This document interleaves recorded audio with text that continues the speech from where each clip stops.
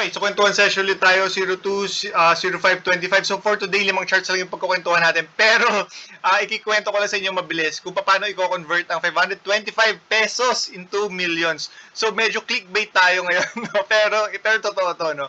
So hindi to paid or parang sponsored video ni Instagrams. Pero sobrang ganda nung feature ni Instagrams ito, lalo na kung Call Financial yung broker mo. So ako, coming from Call Financial na broker, nag-avail ako kay Instagrams nung 525 pesos for 5 months na level 2 na data na feature nila. So, ang makukuha mo doon is mas mabilis yung chart mo, live siya, tapos yung net foreign sell, net foreign buy, live din. So, kung important sa inyo yun, so pwede nyo magamit yun. So, ako, plus lang yun, hindi ko masyadong ginagamit. Ang ginagamit ko talaga na feature is this one. So, itatype nyo lang PSEI, i-click nyo yung bid and ask sa right side. Tapos yung market depth, i-click nyo lang yung projected price. So ito guys, no, every close pwede nyo to gawin, especially sa mga rebalancing, MSCI rebalancing, PSEI, Wisdom 3, FTSE, sa lahat ng rebalancing pwede nyo to gawin. So nung Friday, guys, pati nung Monday, yung mga margin on close doon, nasalo namin dahil dito. So ang maganda kasi, ang Call Financial kasi meron silang projected price, pero kailangan mo i-type yung stock na gusto mo, doon mo lang makikita yung projected price. Pero with this one, sa Instagrams, makikita mo yung buong market. So, kaya nung Friday, akala ko talaga glitch yun dahil grabe AGI, nickel, SMC, ang daming 20% on a close, di ba? Tapos yung CBC naman, almost 35% up siya. So, kung may hawak ka nun, pwede ka magbenta, ipopost mo lang na lower than the projected price para hindi ka na masasama sa pila. So, very useful talaga tong feature na to. So, yun, no? Akala ko glitch, tapos last 30 seconds, ganun pa rin. So, yun, nakabili tayo nung Friday, saka nung Monday. Tapos, personally, yung title natin medyo hype siya, pero personally, meron akong kakilala na nag-earn siya ng 1 point something million dahil dito sa feature na to. Ang dami niyang nasalo, tapos nung nag-bounce sa benta niya, so kumita siya sa 1 point something million. Biri mo, ang binayaran niya 525 pesos lang. So, sobrang sulit, di ba? Anyway, so, yun lang, no? So, parang itry nyong ugaliin nyo to sa pre-close, pre-open, buksan nyo lang to, lalo na pag may mga rebalancing. So, sa February 12 yata, may MSCI rebalancing ulit. So, magagamit nyo ulit tong feature na to. Saka, I'm sure you'll make money out of it. Dahil sobrang sulit tong feature na to. Anyway, so balik tayo, no? So yung mga charts na pag-usapan natin, ito, AGI. So ito si AGI, guys. So ilang araw na to red. Last day ng rebalancing, may kita nyo, nag-close siya ng 6 pesos. Significant level, psychological level, tas 20% down, diba? So bibili ka talaga dyan. Hindi pwedeng hindi.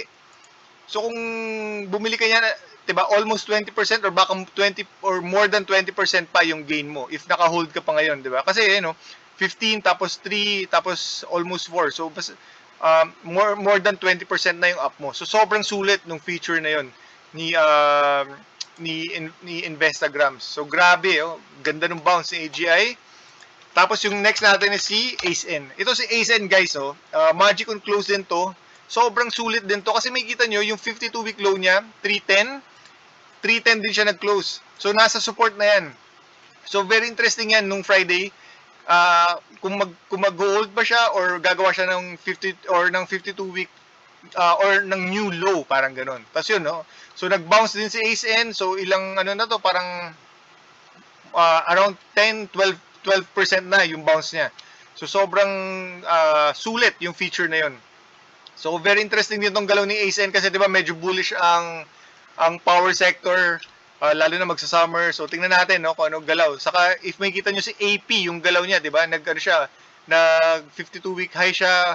Ang ganda ng galaw din ni AP. So tingnan natin kung susunod si ACE-N sa galaw ni AP. Saka before, 'di ba, si ACE-N sobrang overvalued. So ngayon tingnan yung PE ratio niya. Ang baba na, 15 na lang. So let's see kung ano mangyayari sa coming days.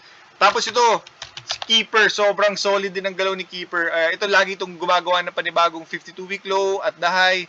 So tingnan yung nag-breakout siya kanina sa conso niya. So yung 2.46 yun ang panibagong 52-week high niya. Tapos ang laki rin ng net foreign buy ni Keeper. Actually almost daily yung net foreign buy nito. So lakas ng galaw ni ni Keeper din kanina. So, tingnan natin to ano mangyayari sa coming days. Tapos, yung isa natin, si SGP, ito guys, no, bumili rin tayo nito kasi, tingnan nyo, nasa support siya, nag-dip, bumalik. So, ibig sabihin may extreme emotions, may buyers na nag-bounce sa MA50. So, bumili tayo dito nung close. Tapos, tight cut na lang. So, luckily, nag-bounce siya. So, pero at the close kahapon dito, nag-take profits na tayo sa SGP.